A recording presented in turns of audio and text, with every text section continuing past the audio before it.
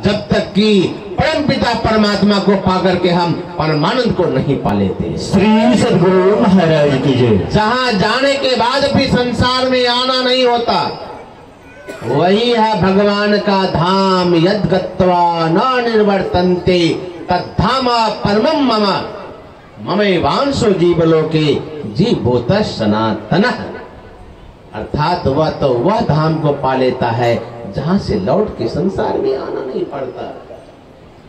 तो मैं कह रहा था दुख का कारण क्या है, जो निवारण कह रहे हैं दुख का कारण है। तो मैं कह रहा गोस्वामी तुलसीदास जी महाराज की वाणी में मैं कह रहा था कि रघुपति भगति करत कठिन नहीं, यहीं से मैं आगे बढ़ा था, फिर मैं वहीं आ गया कि रघुपति भगति करत कठिन कहत सुगम करनी अपार। इतना आसान नहीं है, बहुत कठिन काम है महाराज।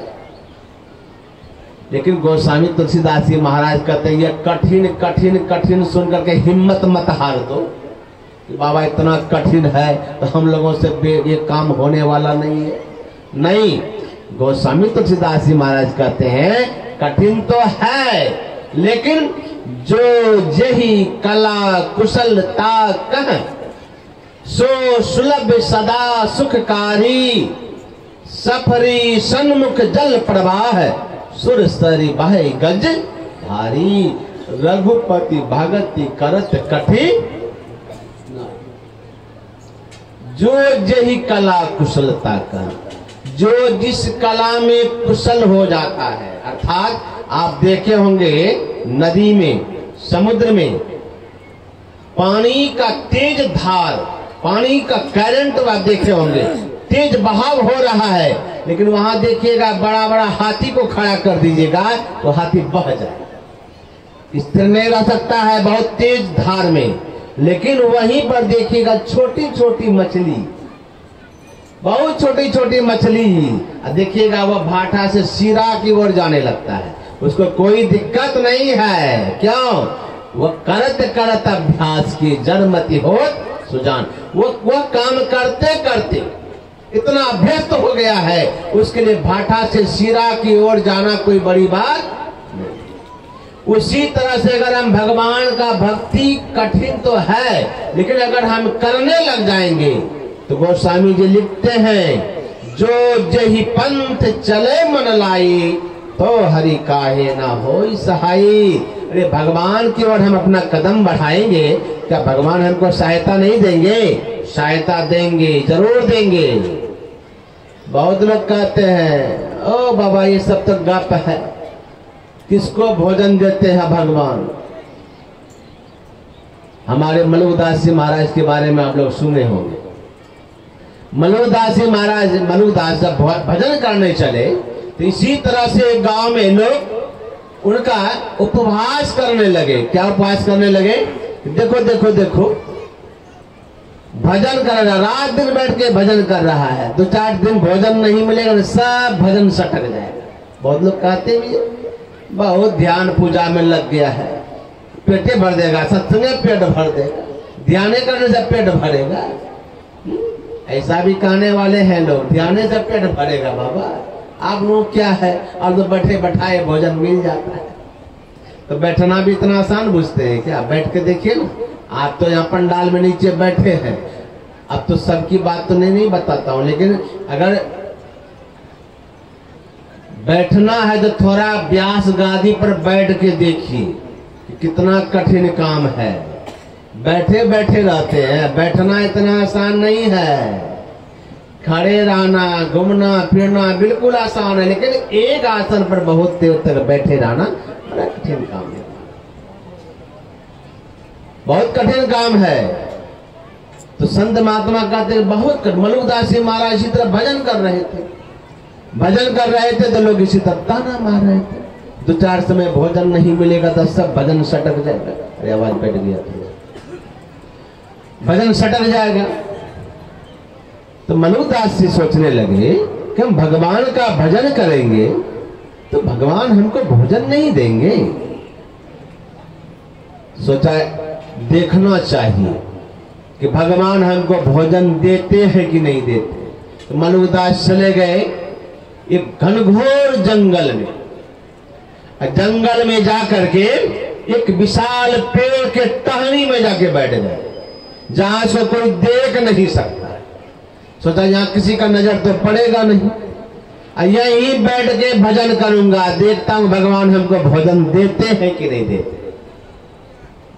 वहीं बैठ के ध्यान लगा दिया और कहा प्रभु सुन लो, मैं तेरा भजन करने बैठ रहा हूं, मेरा शरीर छूट जाएगा, हड्डी नीचे उतर जाएगा, लेकिन मैं जीते जी नीचे उतरने वाला नहीं हूं जब तक कि भोजन हमको मुंह तक पहुंचा नहीं दो। देखता हूं भजन करने वाले को भोजन मिलता है कि नहीं मिलता है। प्रतिज्ञा लेके बैठ गए मलुकदास, भजन कर रहे हैं, लीन हैं प्रभु के चिंतन में। एक दिन, 2 दिन, कई दिन तक बीत गया, भूखे प्यासे वहीं बैठे भजन कर रहे हैं। भगवान का सिंहासन हिल गया। मेरा भक्त तो प्रतिज्ञा करके बैठा है, प्रभु भोजन जब तक मुंह तक नहीं पहुंचाओगे तो मैं शरीर पेड़ से उतरने वाला नहीं, चाहे मेरा हड्डी उतर जाए तो उतर जाए। अब तो ऐसा प्रतिज्ञा करके बैठा है तो भोजन लेके तो जाना पड़ेगा। अब भोजन लेके कैसे जाएं? तो देखिए भोजन कैसे पहुंचाते हैं भगवान। उसी जिस पेड़ पर वह बैठ के भजन कर रहा था, उसी होके बारात पार्टी जा रहा। तो बारात पार्टी जब पेड़ के समीप पहुंचा तो विशाल पेड़ था, छांव था, डाल बहुत था, कहा बहुत सुंदर पेड़ है, अरे यही थोड़ा सा आराम कर लेते हैं। तो सब बारात पार्टी वही पेड़ के नीचे बैठ के आराम करने लगा। किसी को हुआ कि रे भाई आराम कर ही रहे हो तो थोड़ा सा तो दही चूड़ा तो साथ में ही न है, वहां भी जाके तो हम ही लोग खाएंगे, तो यही थोड़ा थोड़ा निकाल के खा लो, बड़ी जोरों की भूख लगी। तो सभी बारात पार्टी जो 20-25 था वह निकाल करके पत्तल में परोस करके दही चूड़ा लड्डू खाजा रसगुल्ला जो जो था उनके पास सब परोस दिया। अब खाने ही वाले थे, तब तक जंगल तो था ही घनघोर। आवाज आई पकड़ो पकड़ो इधर ही गया है, पकड़ो पकड़ो इधर ही गया है। जोरों की जो हल्ला का आवाज सुना, पकड़ो पकड़ो इधर ही गया। सब कहता खाओगे कि क्या, भागो जल्दी जान बचा के, लगता डाकू पीछा कर लिया। अब क्या खाएगा, दही चूड़ा खाजा लड्डू सब परोसा रह गया। सब खाना छोड़ के जान लगा लेके भागा। अब जान लेके भागा तो डाकू लोग तो पीछा किया था, सचमुच में आया, देखता है पेड़ के नीचे तो दही चूड़ा खाजा लड्डू बालसोही क्या क्या वैरायटी परोसा हुआ। मन माने, कहता सरदार जी क्या कहना, इतना सुंदर भोजन है, शुरू किया जाए, हम लोग खा लेते हैं। सरदार कहता खबरदार, ये लावारिस भोजन है, इस पर भरोसा नहीं कर सकते हैं जिसमें जहर है कि कहीं क्या ठिकाना। भोजन परोस के कोई रख दिया है, कहीं साजिश हो सकता है कि हम लोगों को मारने का, जहर मिला दिया है ताकि हम लोग आएंगे खाएंगे मर जाएंगे, ऐसे मत खाओ। तो दूसरा कहता अगर जहर होगा तो जहर मिलाने वाला तो कहीं न कहीं आसपास होगा छिप करके। कहाँ होगा तो जरूर खोजो। तो देखता कहीं तो अगल बगल में कोई था नहीं, जहर मिलाएगा तब तो कोई छिप के रहेगा, कोई तो था नहीं। कहा नहीं सरदार जी कोई तो नहीं दिख रहा है आसपास। ये कहता ऊपर नजर पड़ गया, वहां ऊपर बैठा हुआ है, कुछ मलुकदास बैठे थे, बैठ के भजन कर रहे थे। कहा वहां सरदार जी वो ऊपर आंख बंद करके बैठा है, अरे नक्कल कर रहा है, जहर मिला दिया मारने के लिए हम लोगों को, और ऊपर में बैठ के आंख बंद करके पूजा का ढोंग करता है। कहता नीचे उतरो, जहर मिला के रखा हम लोगों को मारने के लिए। और वो देखा कि हल्ला गुल्ला कर रहा है, देखा कि डाकू लोग है इन लोग। कहा नीचे उतरो। अब ये काय को उतरेगा, देख लिया आंख बंद के, फिर भगवान का भजन में ली।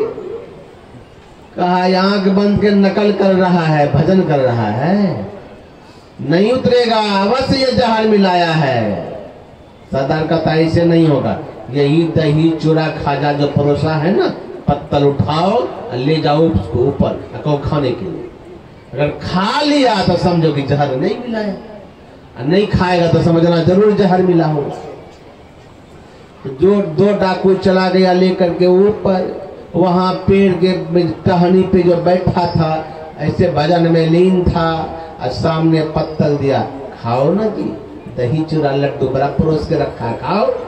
और मन उदास आंख खोल के देख रहा, भगवान तो भोजन तो बहुत सुंदर भेजे, कई रोज के बाद मिला है, लेकिन दही चूरा खाजा लड्डू बालसो सब है। लेकिन सुन लो, मेरी प्रतिज्ञा है, जब तक मुंह में नहीं पहुंचाओगे हम खाने वाले नहीं है। मन ही मन सोच रहा है कि जब तक ये भगवान हमको मुंह तक नहीं पहुंचाएंगे हम खाने वाले। देख रहा है भोजन सामने है, फिर भी खा नहीं रहे हैं। तो डाकू लोग कहता, सरदार जी ये खा नहीं रहा, टुकड़ टुकड़ देख रहा है। का तब जरूर मिलाया है ये जहर, जबरदस्ती मुंह में ठूसो इसका। एक तो पकड़े हुए था, ये का मुंह खोलो, नहीं खोलने लगा, जबरदस्ती मुंह खोल दिया।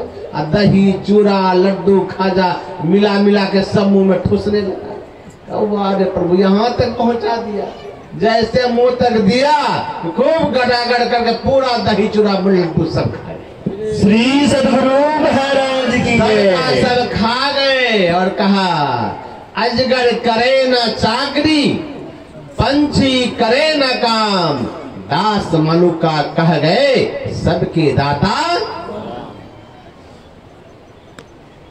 मुर्दा को भी देते हैं परमात्मा, मुर्दा को भी देता है कफन लकड़ी आग, मुर्दा को भी देता है कफन लकड़ी आग, जिंदा नर चिंता करे गति कछु अगमाला। बताइए, हम लोग कहते हैं भगवान हमको भोजन देगा तो भगवान का भजन करेंगे। अरे भगवान तो वादा किया है, भोजन क्या सारी व्यवस्था मैं करता हूं अर्जुन। जो मुझ पर अनन्य भाव से मुझ पर समर्पित हो जाता है, मेरा भजन करता है, मुझ में लीन हो जाता है, उनकी सारी व्यवस्था भगवान करते हैं। इसलिए गुरु महाराज ने भी कहने की कृपा की, जो कोई दीक्षा लेकर के मेरे बताए अनुसार ध्यान करेगा, सत्संग करेगा, भजन करेगा, उनको दुनिया में ना तो खाने की कमी रहेगी, ना तो पहनने की कमी रहेगी, ना किसी चीज की कमी रहेगी। अर्थात जो भजन करेगा उसको जीवन में किसी चीज का अभाव नहीं है, किसी चीज का अभाव नहीं। सारा